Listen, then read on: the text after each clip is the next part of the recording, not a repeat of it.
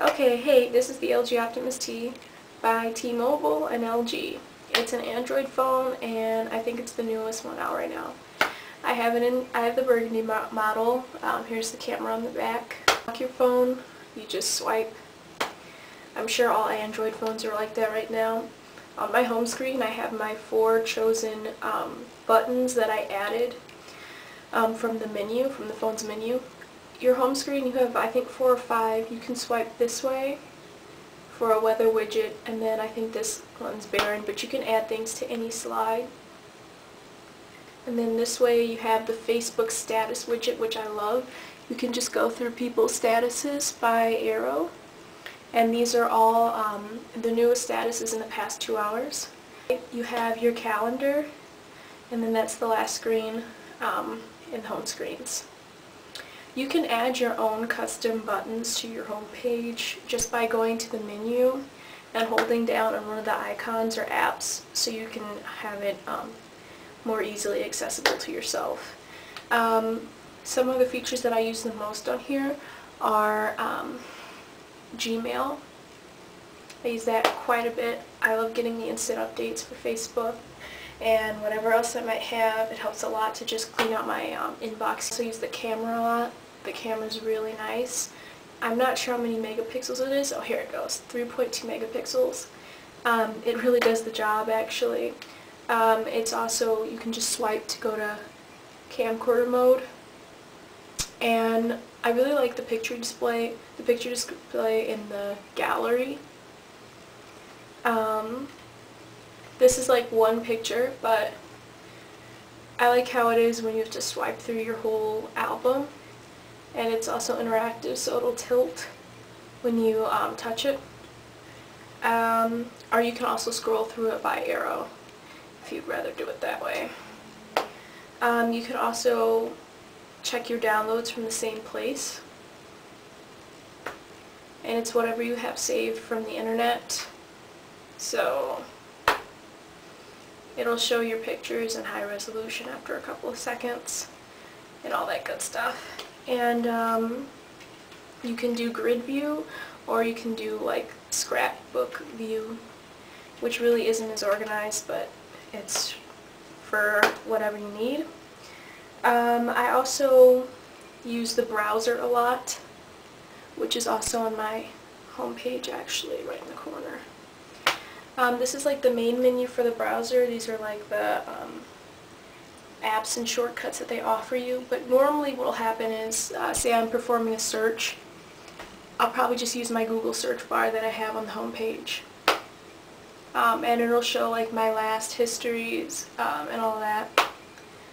Best part about the Google search bar is it's also voice compatible, so I could have it search one thing, DBSK, and it'll say working, and it'll come up with results for DBSK. The voice command option is also available in the texting. Texting is available from the home grid to the side, and all text messages are divided into threads, individual threads. You can hold down on a thread and you'll have the option to view it, view the contact, or delete it. You can also lock messages in the thread or lock the whole thread. To compose a new message, you go here and you type in the contact. Speaking of typing, I'm using the swipe keyboard right now. I have been for the past couple of hours. I just wanted to change and try and learn how to use it. There's also a tutorial that comes with the swipe keyboard. It's interactive, and it'll take you through, and it'll show you, and it'll tell you to go step by step. You can, aside from using the swipe keyboard, you can hold in, then a menu should come up, and it'll say input method, and you can change to the Android keyboard, which is also what I believe is used on iPhones and all that. The letters pop up as you type them in, so yeah. The word predict on here, I haven't found a way to take it off.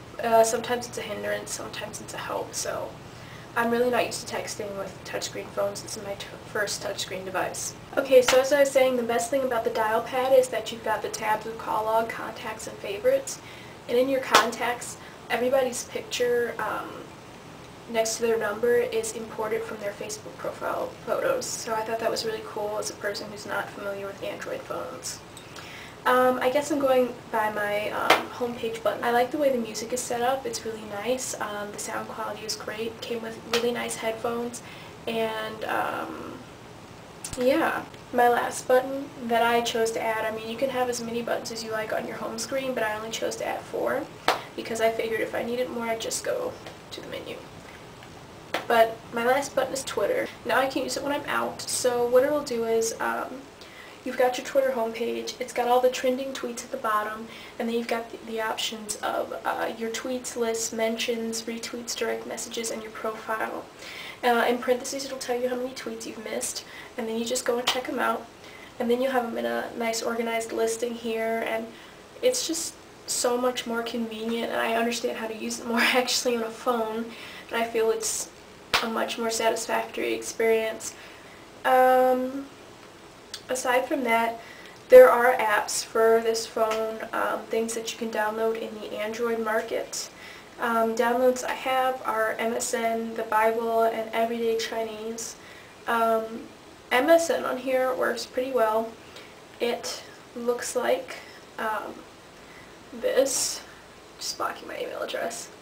And you just sign in, and when you talk to a person, when you send IMs, your phone will vibrate each time you get a message, so you never miss anything.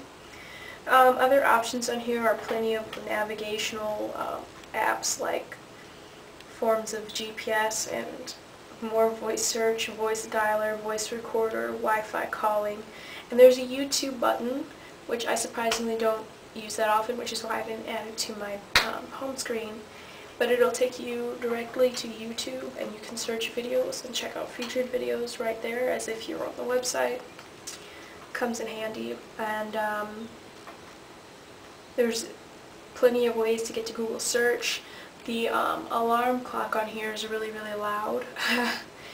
They have a whole menu for clock. The only thing I don't like is the messaging. I'm not really a fan of the organization of it all. There's nothing wrong with the threads, but when you're texting, I don't feel like there's as much freedom of space or whatever. And when you compose, I feel like it's a lot more tedious, but maybe because I'm not used to touchscreen phones. I'm liking the swipe keyboard, and how that works is, I probably won't be able to do it, but I'll just do some gibberish. You just press down on a letter and the swipe will follow it and try to predict what word you have going on.